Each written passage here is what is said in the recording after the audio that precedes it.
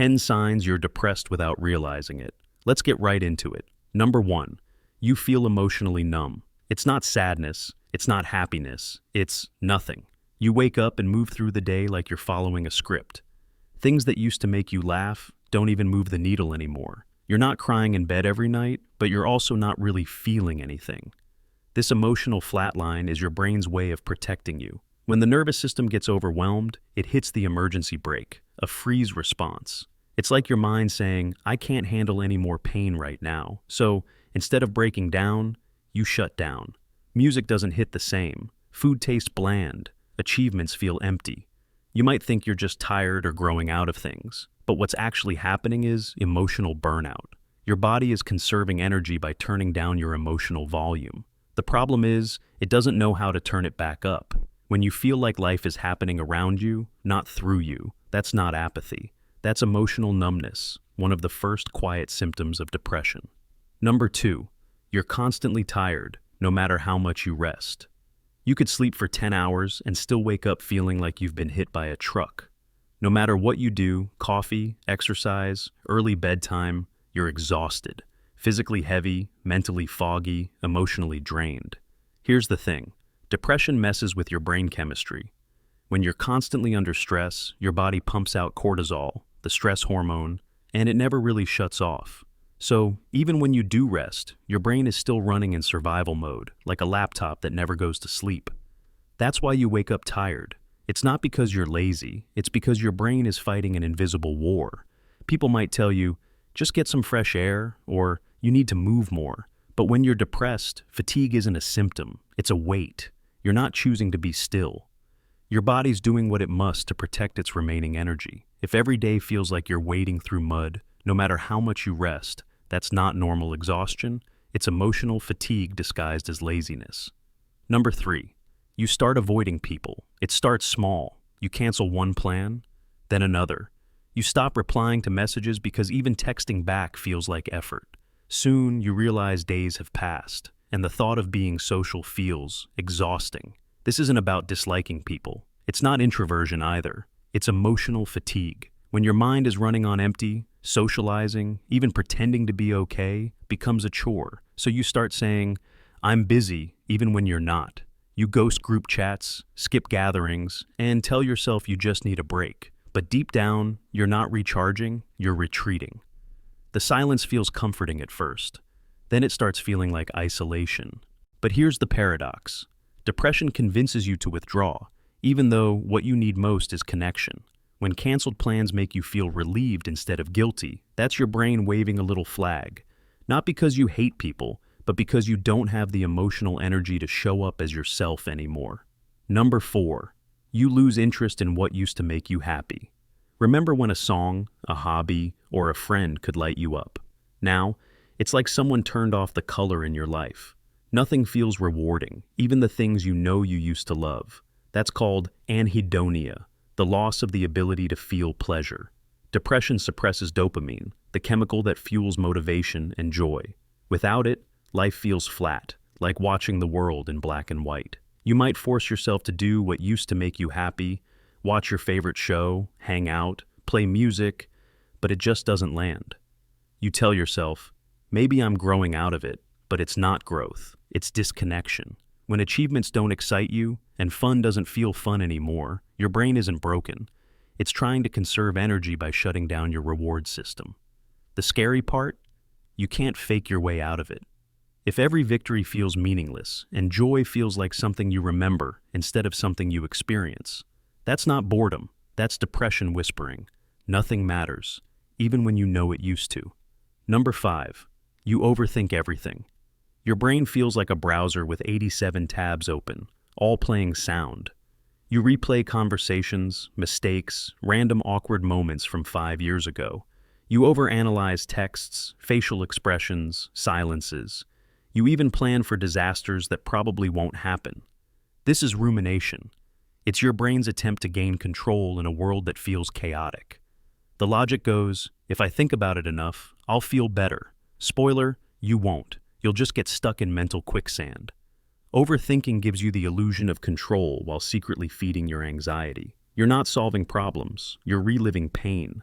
When you can't sleep because your mind won't stop talking, when your thoughts loop like a broken record, when you replay what ifs until you forget what's real, that's depression's overthinking cycle. It's not overanalyzing for fun. It's your brain's desperate attempt to make sense of something that emotionally doesn't make sense at all. Number 6, you get irritated easily. You drop your phone, rage, someone chews too loudly, instant fury. The Wi-Fi lags, existential crisis. Sound familiar? When you're depressed, your emotional threshold shrinks. You don't have enough mental bandwidth to handle even small frustrations. It's not that you've suddenly become an angry person. It's that your brain is overloaded. See, depression doesn't always show up as sadness. Sometimes it's bottled up pain that leaks out as irritation. When you suppress emotions for too long, they start escaping through cracks, snapping at people, rolling your eyes, losing patience over nothing. It's the emotional equivalent of steam escaping a pressure cooker. Deep down, you're not angry at people, you're frustrated with yourself. You hate that you're losing control, that everything annoys you, that you can't explain why. Then, right after you lash out, guilt hits you like a brick. That cycle, anger, regret, silence, and is a quiet symptom of depression. It's your body's way of saying, I'm not okay, even when you can't find the words. Number 7. You can't focus or remember things. You walk into a room and immediately forget why. You start reading a paragraph and realize you've been staring at the same line for 2 minutes. You open your phone and suddenly, blank. That's not just being distracted, that's brain fog. When you're depressed, your brain becomes like a computer running too many programs at once. Emotional overload consumes mental resources, leaving little space for memory or focus. The hippocampus, the part of your brain that handles learning and recall, actually slows down under chronic stress. So, no, you're not stupid. You're mentally exhausted. Tasks that used to be simple, replying to an email, remembering an appointment, now feel like climbing a mountain. You double-check everything, make small mistakes, or zone out mid-sentence. This isn't about willpower or discipline. It's your brain trying to protect itself from overload. Depression turns your mind into molasses, slow, heavy, stuck. When you can't remember what you were doing 5 minutes ago, it's not laziness. It's a brain begging for relief. Number 8. You stay busy to avoid your emotions. Some people lie in bed all day when they're depressed. Others, and this might be you, do the exact opposite. You stay busy, constantly. You fill your schedule, take on new projects, always have something to do. On the outside, you look productive, driven, maybe even thriving. But the truth? You're running from stillness. Because when you stop, even for a moment, the emptiness catches up. This is what psychologists call high-functioning depression. You appear fine, but your busyness is a coping mechanism. You work, clean, scroll, organize, anything to avoid sitting with your thoughts.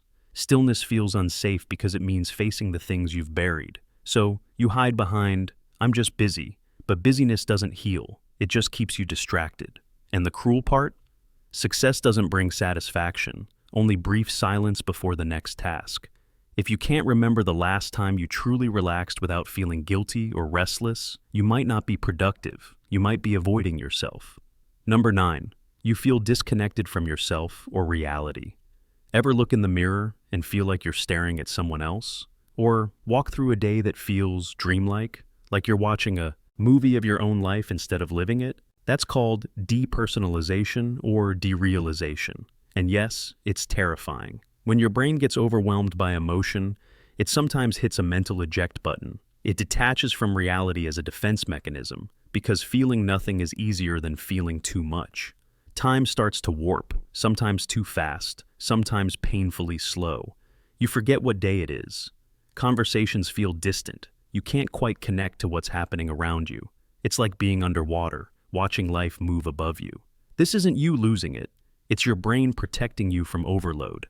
The problem is, when the disconnection becomes your new normal, you stop recognizing yourself in your own story. If you've ever said, I feel like I'm not even here, that's not dramatic. It's your mind quietly waving the white flag. Number 10. You fake being fine. This one's the quietest and maybe the most dangerous. You laugh at jokes, show up to work, maybe even give good advice. Everyone thinks you're doing fine, but when you're alone, the mask falls off. You cry in silence. You stare at the ceiling. You wonder how long you can keep pretending. People with hidden depression often fear being a burden or misunderstood, so they wear the "I'm fine" costume every day. You might even joke about your pain to make others comfortable. You're the funny one, the strong one, the one who has it all together. But strength isn't pretending. Strength is admitting you're struggling. When your smiles feel rehearsed and your laughter feels hollow, that's your body whispering, "Please, stop performing." Because behind every "I'm fine," there's a part of you hoping someone will notice you're not. That's all for today. I'll be making similar videos in the future. Subscribe to see them.